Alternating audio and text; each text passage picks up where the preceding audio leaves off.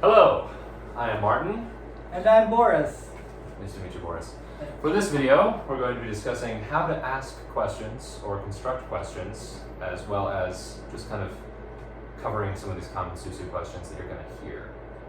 I think this is a very important lesson because asking questions, expressing curiosity is such an important part of the Peace Corps experience. The way I'm going to go through this is just to kind of walk you through all of those common question words like who, what, when, where, why, and how. Or in Susu, nde, munse, mundum, minde, mumfe, and di.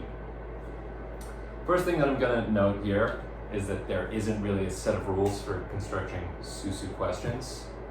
You'll notice with learning a lot of the Susu questions that it's a little more common that the actual question word is going to come at the end of the sentence, as opposed to English where it is mostly always at the beginning of the sentence.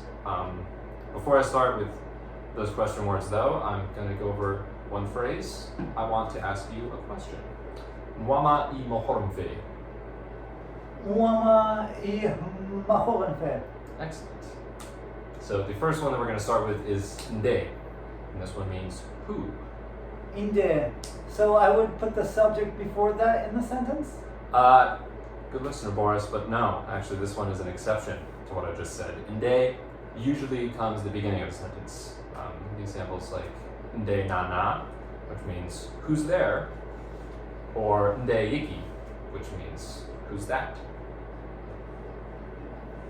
Inde nana and inde iki. So now all of these question words do come at the end of the sentence. Yes, that is more of a general rule. It also does not apply to the next one I'm going to use, which is munse, and that is the word for what. This one kind of will be either the end or the beginning of a sentence.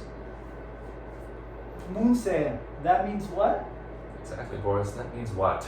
A few phrases with this are munse yiki or munse ya, which both mean what's this or what's that. And then munse nabe, which is how you would ask what's going on here. Munse iki and munse nabe. One that I always hear in the market is Iwama munse hon. I hear that one all the time too, Boris. That means, what do you want? The next one is sort of an equivalent to when in Susu. It doesn't actually mean when, it means which. The word is mundum. But the two common questions you're going to hear are lohe mundum or wahati or temwi mundum. Both of these mean which hour. Sorry, lohe mundum means which day or what day. And wahati temwi mundum mean which hour, what time. Lohe mundun and wahati mundun? Exactly. So another one, moving on, is minde. And this one means where.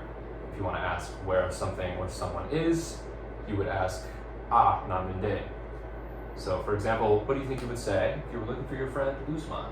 Probably Usman na minde? Exactly. You're a wonderful student, Boris. Perfect marks for today. Moving on, there are two common phrases with minde. Isigafe minde, which is where are you going, and ikenefi minde, which is where are you coming from. I sigafe minde and I kelehe minde? Exactly. So those two phrases, you're probably going to hear them all the time. Those were some of the first things that I actually learned in Susu, just because of how curious people were about what I was doing, walking back and forth all the time.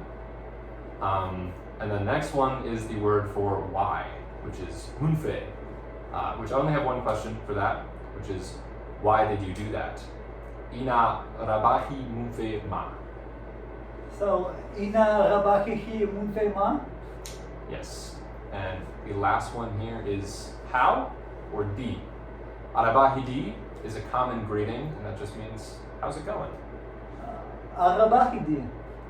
Amurabaha kyoki. And two phrases that I use with this one a lot are iya arabahidi, which means how did you do that? And iyi rabamadi, which is how do you use this? So, iya rabahidi, iyi rabamadi. Excellent. One last point I'd like to make about questions is just like any other language, expressing something with the right inflection is going to show that you're asking a question. Yeah. Oh, whoa. Oh.